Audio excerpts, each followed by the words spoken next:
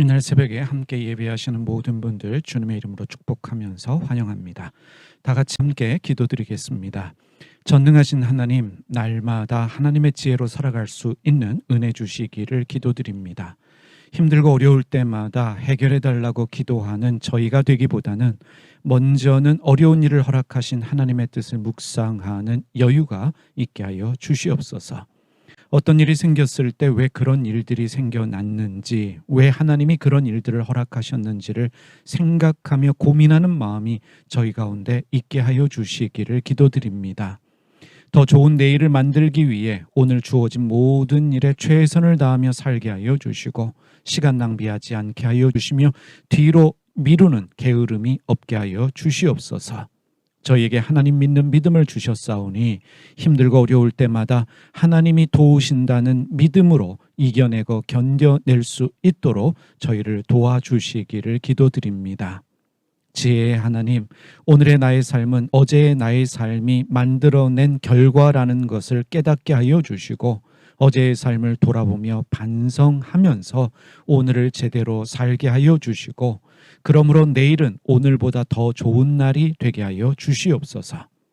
저희 삶에 버릴 것은 버리게 하여 주시고, 해야 할 일 하게 하여 주시고, 무엇보다 불평하고 원망하면서 끝나는 인생이 되지 않도록 저희가 감사한 마음으로 매일매일을 살아가게 하여 주시옵소서. 오늘 일터에서 수고할 때 최선을 다하게 하여 주시고, 만나는 모든 사람들에게 친절하게 대하는 사람들 되게 하여 주시며, 다른 사람을 비난하거나 부정적인 말 하지 않도록 저희의 마음과 입술을 다스려 주시옵소서. 학교에서 공부하는 우리 자녀들에게 공부해야 하는 목적을 알게 하여 주시고, 성공과 출세를 위한 공부가 아니라 다른 사람을 섬기는 인생이 되기 위하여 자신을 준비하고 훈련하는 마음으로 공부하게 하여 주시옵소서. 오늘 하루도 사랑하는 교우들 한 사람 한 사람 눈동자와 같이 지켜주시고 보호하여 주시옵소서. 악의 유혹에 넘어가지 않도록 붙들어 주시며 일용할 양식 주시고 빚지지 않고 살 수 있도록 빚을 다 갚을 수 있는 은혜 주시기를 기도드립니다. 교우들의 가정과 기업 직장 위에 하나님의 은혜와 복으로 채워 주시옵소서. 오늘도 요한계시록 말씀을 통해 하나님의 깊은 뜻을 깨닫는 은혜 있게 하여 주시기를 기도드립니다. 우리 주님 예수님의 이름으로 기도드립니다. 아멘. 우리가 요한계시록 공부를 통해서 이 새벽에 하나님께 예배하고 있습니다. 어제도 말씀드렸지만 요한계시록을 읽고 이해하려는 우리는 언어와 이미지가, 요한계시록에 쓰여져 있는 언어, 이미지, 상징들이 요한계시록이 쓰여질 당시에 무엇을 뜻했는지 아는 것이 가장 우선이라는 사실입니다. 그 당시에 의미와 상징에 대해서 이해한 다음에 그것이 지금 나에게, 요한계시록을 읽고 있는 나에게 무엇을 뜻하고 상징하는지 공부하면서 적용해야 된다는 사실, 여러분 기억하시면서 요한계시록을 읽으시면 좋겠습니다. 그런 마음으로 공부하셔야 합니다. 오늘은 요한계시록의 줄거리를 요약해 보도록 하겠습니다. 요한계시록이 22장으로 되어져 있는데 이 22장의 내용들을 우리가 머릿속으로 그려볼 수 있도록 오늘 짧은 시간 동안 요한계시록의 줄거리들을 요약해 보겠습니다. 먼저는 요한계시록의 전체 내용을 간략하게 정리해서 이해해 보도록 하겠습니다. 이 부분은 신약학 교수인 마크 포엘이 쓴 현대인을 위한 신약개론에서 요약하여 발제하도록 하겠습니다. 오늘 이 내용을 들으신 다음에 시간을 내셔서 요한계시록을 읽어보시도록 추천합니다. 자, 먼저 1장에 보면은요, 요한계시록 1장은 독자들에 대한 축복과 인사말로 시작하고 있습니다. 요한계시록을 쓴 요한은 주의 날에 성령의 감동이 되어 계시를 받았고 그 계시를 기록해서 소아시아의 7교회에 보내도록 명령을 받았습니다. 2장으로 넘어가면 이제 3장까지 요한이 첫 번째 본 광경이 인자의 장엄한 모습인데, 인자는 7교회에 보낼 편지를 기록하도록 명령합니다. 요한은 7교회에 그 편지를 보냅니다. 이 말씀이 2장과 3장의 말씀입니다. 이제 4장으로 넘어가면 편지들을 기록한 후에 요한은 하늘에서 문이 열리는 것을 보고 하늘의 이 영역으로 이끌려 올라갑니다. 거기에서 요한은 하나님의 보좌와 천사들 그리고 다른 놀라운 생물들을 보게 됩니다. 5장으로 넘어가면 5장에는 하늘의 보좌에 앉으신 분이 7인으로 봉해진 두루마리를 들고 있는데 하늘에서 이 두루마리들을 펼치기에 합당한 분이 누구냐 찾고 있습니다. 두루마리들의 임봉을 떼기에 합당한 유일한 분이 유다 지파의 사자인데 사자같이 보이지 않고 오히려 죽임을 당한 어린 양처럼 보입니다. 죽임을 당한 어린 양이 그 두루마리들의 임봉을 떼기에 합당하신 분이라 5장에 말씀하고 있습니다. 자, 6장으로 넘어가면요. 이제 어린 양이 두루마리들의 임봉을 떼어냅니다. 여러분, 임봉이라고 하는 것은 당시에 편지를 써서 이 편지를 붙여놓는, 지금으로 얘기하면 스티커와 같은 것입니다. 편지들을, 두루마리를 읽기 위해서는 그 인을 떼어냅니다. 그것을 임봉을 떼어낸다라고 표현하는데, 임봉이 떼어질 때마다 큰 재난이 땅에서 일어납니다. 이 재난들은 6번째 임봉이 떼어져서 하늘에서 별이 떨어지고 하늘 자체가 두루마리가 말리는 것처럼 사라질 때까지 계속 되어집니다. 그리고 이제 7장으로 넘어가면 중요한 말씀이 등장합니다. 천사들이 등장을 하는데 요한계시록 7장에서 천사들은 하나님의 신실한 성도들을 지켜줍니다. 그리고 중요한 숫자이지요. 14만 4천 명이 등장하는데 14만 4천 명의 이스라엘 사람들이 이마에 도장을 받고 안전하게 보호됩니다. 요한은 모든 민족에서 나온 흰옷을 입은 셀 수 없는 무리가 어린 양 앞에 나오는 것을 목격합니다. 그리고 8장 1절에 가면 중요한 표현이 있습니다. 어린 양이 7번째 임봉을 떼실 때 하늘이 반 시간 동안 고요해집니다. 우리가 뒷부분에서도 살펴보겠지만 전문 용어로 인터미션이라고 말할 수 있는 부분입니다. 잠시 쉬었다 가는 것입니다. 이제 다음 장면을 보기 위해서 쉼의 시간을 갖는 인터미션의 시간으로 여겨지는 말씀이 8장 1절입니다. 그리고 이제 9장까지, 8장에서 9장까지의 말씀은 각각의 나팔을 든 7천사가 나타나는데 나팔 소리가 울릴 때마다 더 큰 재앙이 땅에 덮칩니다. 첫 번째는 두루마리, 7 두루마리가 등장을 하지요. 그리고 이제 두 번째로 등장하는 것이 나팔 소리입니다. 나팔 소리가 울릴 때마다 큰 재앙이 땅에 임합니다. 그것이 9장까지의 말씀인데 이제 10장에 가면은요, 6번째 천사가 나팔을 불 때 짧은 막간이 생겨나고 한 천사가 작은 두루마리를 들고 나타나서 7 천둥 소리로 외칩니다. 요한은 7 천둥 소리가 말한 내용을 임봉하고 기록하지 말라라는 음성을 듣게 됩니다. 그래서 요한이 그 두루마리를 받아 먹는데 그 맛이 입에 달지만 배에는 쓰다라고 기록하고 있습니다. 이제 11장으로 넘어가면요, 11장의 내용은 이렇습니다. 요한은 하늘에서 지팡이 같은 갈대 측량자를 받은 후에 두 증인에 관해서 듣습니다. 두 증인에 관해서 듣는데 그 둘은 누구냐? 이 땅에 와서 순교를 당하지만 죽음에서 일어나 하늘로 올라간 사람들입니다. 그리고 7번째 천사가 7번째 나팔을 불면 큰 찬양 소리와 함께 하늘에 있는 하나님의 성전이 열리게 됩니다. 12장으로 넘어가겠습니다. 요한계시록 12장의 말씀은 하늘에 큰 이적이 나타나는 말씀입니다.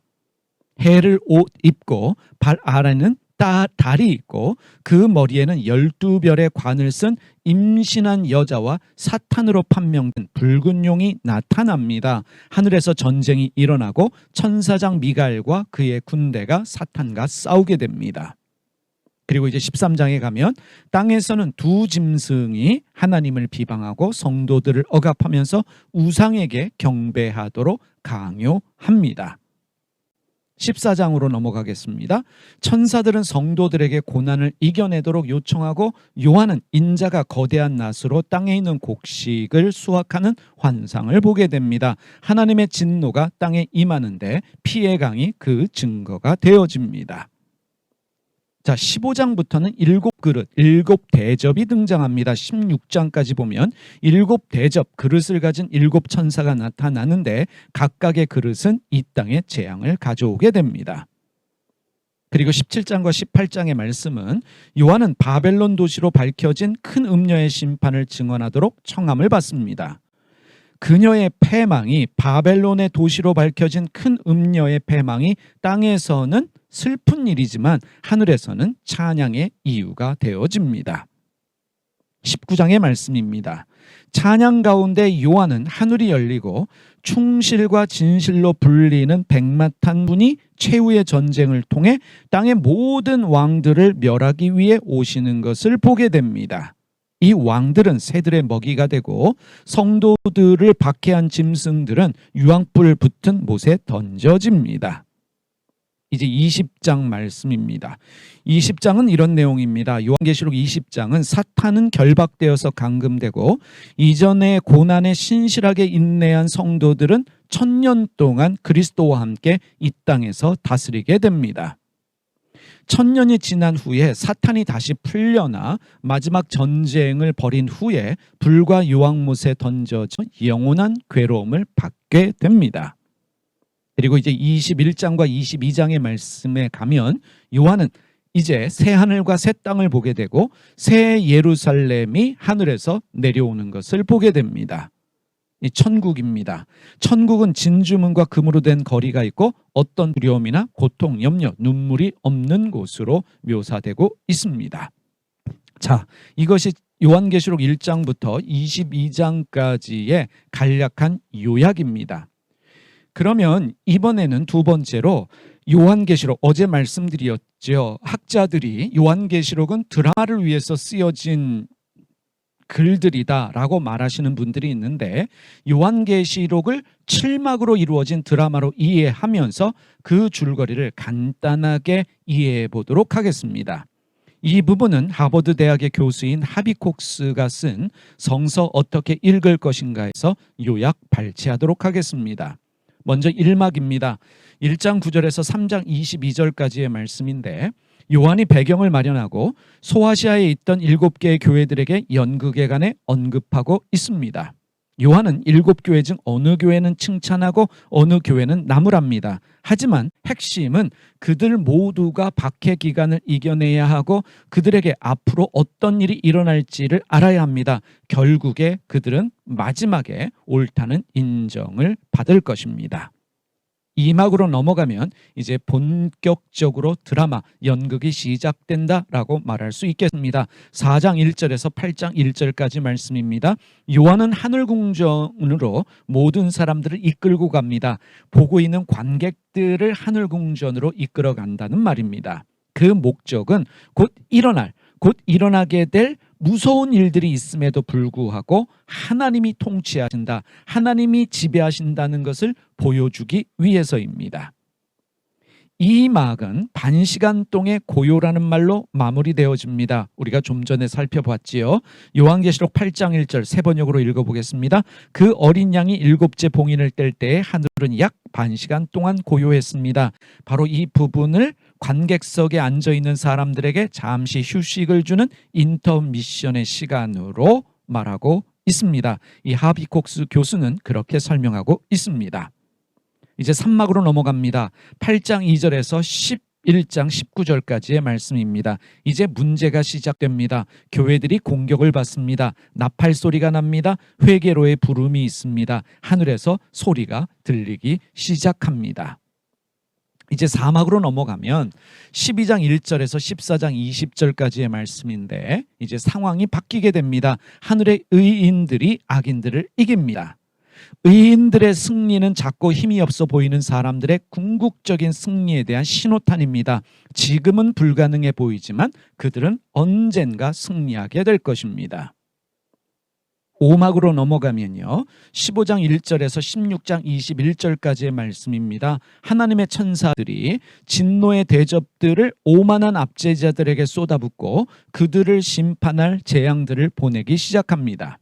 특별히 여기에 등장하는 개구리, 종기 사건들은 출애굽 이야기에 나오기 때문에 유대인들이라면 충분히 이해할 수 있는 내용들입니다. 자, 이제 마지막으로 가고 있습니다.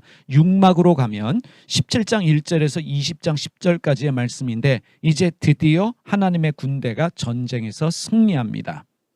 바벨론은 당시 유대인들이나 독자들이 이해할 수 있었던 로마를 뜻하는 암호명입니다. 이제 곧 로마의 황제는 패배하고 어린 양이 승리하고 로마는 멸망하게 됩니다. 마지막 7막입니다. 20장 11절에서 22장 5절까지의 말씀입니다. 하나님과 악의 전쟁이 끝이 납니다. 새 예루살렘, 새 하늘과 새 땅이 있는 새 예루살렘이 이 땅에 세워지게 됩니다. 소위 말하는 해피엔딩으로 끝을 맺게 됩니다. 요한계시록 22장 20절에서 21절까지의 말씀 세 번역으로 읽습니다. 이 모든 계시를 증언하시는 분이 이렇게 말씀하셨습니다. 그렇다, 내가 곧 가겠다. 아멘 오십시오. 주 예수님, 주 예수의 은혜가 모든 사람에게 있기를 빕니다. 아멘. 이 하비콕스 교수는 이 부분을 이렇게 말하고 있습니다. 이 부분에서 많은 극작가들이 좋아하는 방식대로 극작가 자신이 무대에 올라와서는 이제 예수님께서 곧 다시 오시기를 간청한 후에 축복 기도로 마무리합니다. 이제 요한계시록을 쓴 요한이 이렇게 말합니다. 주님이 말씀하셨는데 곧 오시겠다고 말씀하셨다. 그래서 이제는 그러한 기도로 아멘 오십시오, 주 예수님 오십시오 라고 간구한 다음에 주님의 은혜가 모든 사람에게 있기를 빕니다. 축복의 기도로 마무리합니다. 그리고는 커튼이 내려온다 라고 설명하고 있습니다. 오늘 여러분들이 시간을 내셔서요, 요한계시록을 읽어보시면 좋겠습니다. 한 30분 정도 걸릴 것으로 예상이 되어집니다. 그리고 요한계시록을 요약한 부분을 여러분이 다시 들으시면 요한계시록의 전체적인 부분들을 여러분들이 머릿속에 그리실 수 있겠습니다. 그리고 우리가 계속해서 요한계시록 말씀을 공부하도록 하겠습니다. 기도하겠습니다. 살아계신 하나님 아버지, 오늘 우리가 요한계시록의 전체적인 내용들을 요약해서 살펴보았습니다. 하나님, 이 말씀이 당시에 어떤 의미와 어떤 뜻이었는지 우리가 제대로 알아 깨닫게 하여 주실 뿐만 아니라 이것을 오늘 우리의 삶 속에 제대로 적용할 수 있도록 우리에게 지혜를 주시고 공부하는 마음, 열려진 마음 주시기를 기도드립니다.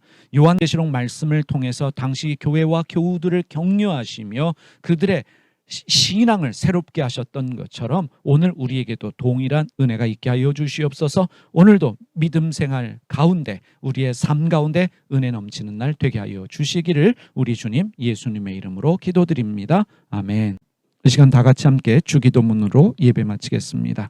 하늘에 계신 우리 아버지, 아버지의 이름을 거룩하게 하시며 아버지의 나라가 오게 하시며 아버지의 뜻이 하늘에서와 같이 땅에서도 이루어지게 하소서. 오늘 우리에게 일용할 양식을 주시고 우리가 우리에게 잘못한 사람을 용서하여 준 것 같이 우리 죄를 용서하여 주시고 우리를 시험에 빠지지 않게 하시고 악에서 구하소서. 나라와 권능과 영광이 영원히 아버지의 것입니다. 아멘.